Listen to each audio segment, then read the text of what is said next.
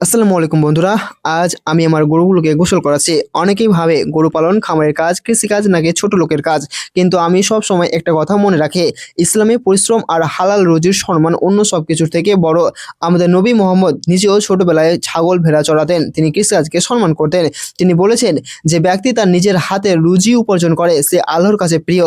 তাই যখনই আমি গরুর গা ধুই, খাবার দিয়ে পরিষ্কার করি, আমি মনে করি এটা শুধু কাজ নয়, এটা আমার জন্য ইবাদতের একটা রূপ। কারণ আমি হালাল পথে রুজি ও রোজগার করছি, নিজের পরিবারকে খাওয়াচ্ছি, কারো কাছে হাত পাচ্ছি না। দেখো, মানুষ তো কথা বলবে, কারো কাছে আমার কাজ ছোট মনে হতে পারে, কারো কাছে আবার বড়, কিন্তু আল্লাহর কাছে বড় মানুষ সেই যে হালাল পথে পরিশ্রম করে। আর কাজ ছোট হোক বা বড় কোনো ব্যাপার না। আজকে গরুরা গোসল করছে, আমি যখন পানি ঢালি তাদের শরীর থেকে ময়লা ধুয়ে যাচ্ছে। ঠিক এভাবেই পরিশ্রম মানুষের মনকেও পরিষ্কার করে দেয়।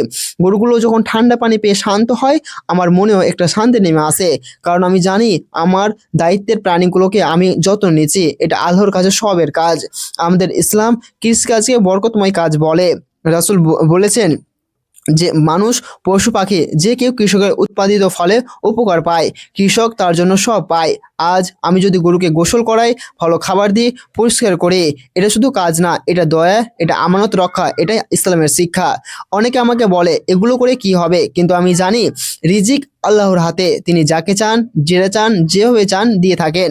আমার কাজ শুধু একটাই, সৎ পথে চেষ্টা করে যাওয়া, বাকি সব আল্লাহর ওপর ছেড়ে দেওয়া।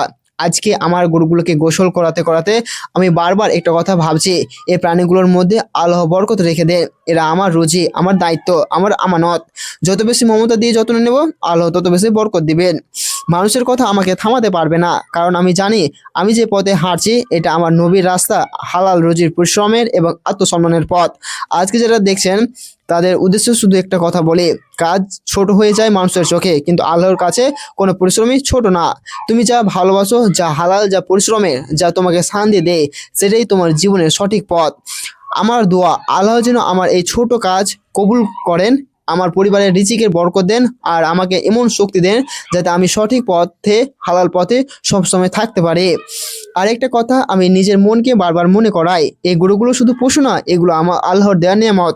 আজ যদি আমি অবহেলা করি, কাল হয় আল্লাহর আমার উপর থেকে বরকত তুলে নিতে পারেন। আর যদি যত্ন করি, ভালোবাসা দিই, তাহলে আল্লাহ এমন দরজা খুলে দেন যেটা কল্পনাও করা যায় না। আমি দেখেছি অনেকে বড় বড় চাকরি করে, মাস শেষে টেনশনে থাকে, কিভাবে সংসার চলবে, কিভাবে ঋণ শোধ হবে। আর আমি মাঠে কাজ করি, গরুকে গোসল করাই, ঘামে ভিজে যায়, তবুও মনে একরকম শান্তি থাকে। কারণ আমি জানি আমার রুজিতে কারো হক নেই, আমার খামারে কোনো হারাম নেই। এই শান্তিটাই আসল সম্পদ, এই আত্মসম্মানটাই আসল বড়লোক হওয়া। আজকে যখন গরুর পিঠে পানি ঢালছি, ওরা চোখ বন্ধ করে দাঁড়িয়ে আছে, মনে হচ্ছে যেন বলছে, ভাই আমাদের যত্ন নেওয়ার জন্য ধন্যবাদ। এই অনুভূতিটা টাকা দিয়ে কেনা যায় না। আমরা অনেক সময় ভাবি সফলতা মানে শহরের বিল্ডিং, সফলতা মানে চাকরির চেয়ার, কিন্তু আমার কাছে সফলতা মানে মা বাবার মুখে হাসি, পরিবারের শান্তি, আর রাতে ঘুমানোর আগে এই নিশ্চয়তা, আজ আমি কাউকে ঠকাইনি। আমি জানি এই পথে কষ্ট আছে, এই পথে কথা আছে, এই পথে হাসাহাসি আছে, কিন্তু এটাও জানি এই পথেই আল্লাহর রহমত আছে। যারা আজ নতুন করে খামার শুরু করতে চান, যারা ভয় পান লোকে কি বলবে, তাদের বলে, লোকে আজও বলবে, কালও বলবে, কিন্তু তোমার রুজি যদি হালাল হয়, তোমার নিয়ত যদি সঠিক হয়, তাহলে আল্লাহ নিজেই তোমার সম্মান রক্ষা করবেন।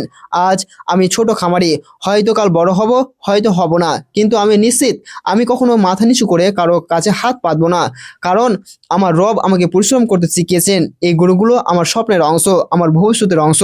আজ যত্ন নিলে কাল এটা আমার পরিবারের ঢাল হবে ইনশাআল্লাহ। সবশেষে আমি শুধু আল্লাহর কাছে একটাই দোয়া করি, হে আল্লাহ, আমাকে অহংকার থেকে বাঁচাও, অলসতা থেকে বাঁচাও, যতদিন শ্বাস আছে হালাল পথে চলার তৌফিক দাও, আর এই প্রাণীগুলোর মাধ্যমে আমার জীবনে বরকত নাজিল করো। আপনারা যারা এই ভিডিওটি দেখছেন একটা দোয়া করবেন, আর যদি ভালো লাগে এই কথাগুলো মনে রাখবেন, পরিশ্রম কখনো ছোট নয়, হালাল রুজি আসল সফলতা। আল্লাহ হাফেজ, ভালো থাকবেন।